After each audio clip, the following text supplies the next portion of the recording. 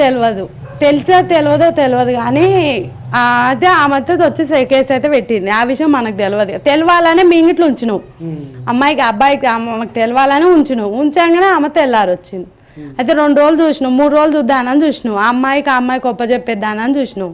కానీ ఆమె వచ్చి కేసు పెట్టింది. ఇంకా పంపించేసి పోలీసు వాళ్ళు వచ్చారు తీసుకెళ్ళారు. ఇద్దరు తీసుకెళ్ళారు. స్టేషన్లో ఏం జరిగిందంటే ఆమె అక్కడి నుంచి దరఖాస్తు తీసుకొని వచ్చింది. మీ అబ్బాయి తప్పు, మీ అబ్బాయి పిల్లని తీసుకురావడం తప్పు అని అన్నారు. అనగానే సరే సార్ మరి తప్పైంది ఏమంటున్నాడు వాళ్ళు కేసు పెట్టారు అక్కడ పోయి మాట్లాడుకోరమ్మా అని అన్నారు. ఇట్లా పిల్లని తప్పుగా ఇంట్లో ఉంచుకోవడం తప్ప అంటే మీ తప్పే మా తప్పే అని మేము ఒప్పుకునే వరకు బయటకు వెళ్ళగొట్టారు. ఆడ అయిపోగానే గొడవ మా పిల్లగాని నేను తీసుకొని అన్నే బండుకొని పొద్దుగాలు వేసి వచ్చాను. ఒకటి ఏంటంటే మర్డర్ జరిగిందని ఒకటి తెలిసి కానీ మిగతా మాత్రం తెలియదు. అంటే నా తరపున అయితే చావదెంగడం మంచిదని మేము నా వరకు అయితే నేను అనుకుంటున్నా. అంతే ఎవరేమన్నా నాకు పర్వాలేదు. ఎందుకంటే ఆ అమ్మాయి ఫస్ట్ నుంచి ఫ్రీగా తిరిగి అప్పుడు నుంచి లేక భయం ఇప్పుడు పెట్టింది ఆమె. తప్పు ఎవరిది ఫస్ట్ నుంచి నాకు తెలుసు కాబట్టి ఫస్ట్ నుంచి ఆ అమ్మాయి తిరుగుతుంటే కేసు పెట్టాలి. ఇప్పుడు మా ఇంటికి రాగానే కేసు పెట్టింది. అక్కడ తిప్పినా గిట్ట వాళ్ళు ఏం అనలేదంట.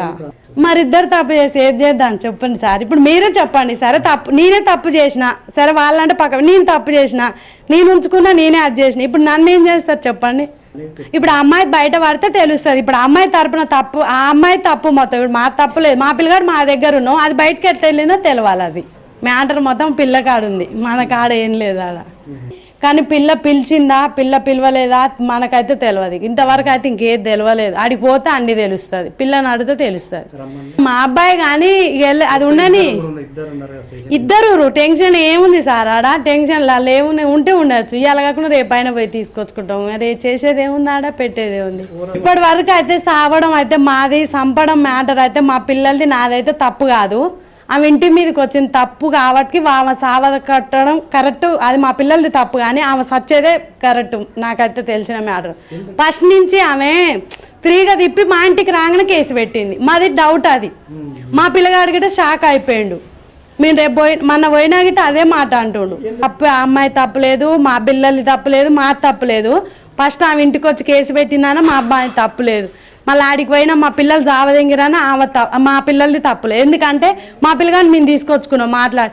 అయితే పిల్ల చేసింది ఇప్పుడు తప్పు. ఆ పిల్ల పిలిపించుకుంది మాకు తెలియదు. ఇప్పుడు పోతే తెలుస్తుంది అదొకటి. మళ్ళీ ఇంటికి వచ్చినాక ఆమె ఇన్ని రోజులు తిప్పుకొని మళ్ళీ ఇంటికి రాగానే కేసు పెట్టింది. అదో తప్పు ఇక గంతే. అందుకే నేను ఉంచుకున్నా. ఇప్పుడు నేనేగా సాక్ష్యం ఎవరైతే లేరుగా సార్ చెప్పు. నేనైతే సాక్ష్యం ఉన్నాగా.